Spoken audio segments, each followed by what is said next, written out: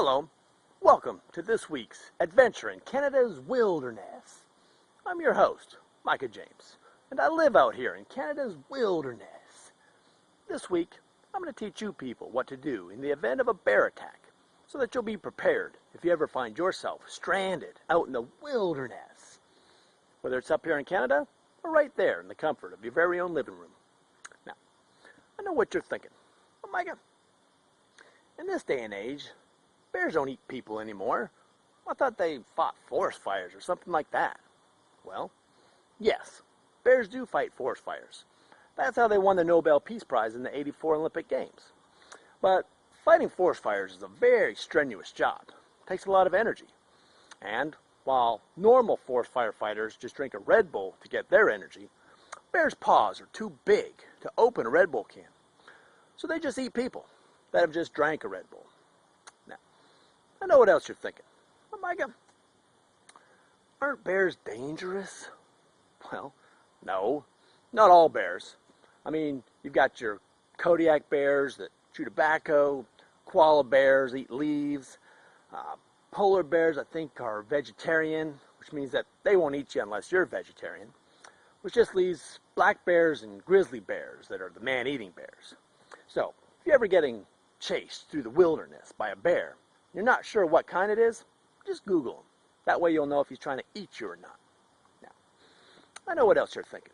Oh, Micah, why would I need this video to teach me what to do? I mean, if I'm stranded out in the wilderness and some bear's chasing me, wouldn't I just shoot him? Now look, these tutorials are for people who find themselves stranded out in the wilderness with just the bare essentials like trees and sticks, rocks, and their cell phone. Not everybody has an AK-47 strapped to their chest when they find themselves stranded out in the wilderness. So if you have an AK-47, go ahead and shoot that bear. But for the rest of you, stay tuned. Now I know what else you're thinking. Micah, did you really kill your boss? Look, just leave that one alone, okay?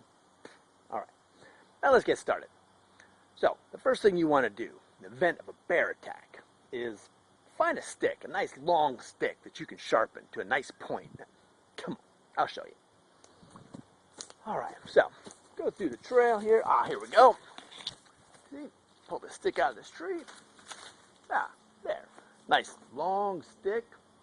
You can sharpen that stick to a nice point. Alright, so, you need to find something like a rock or something. Here we go. Alright.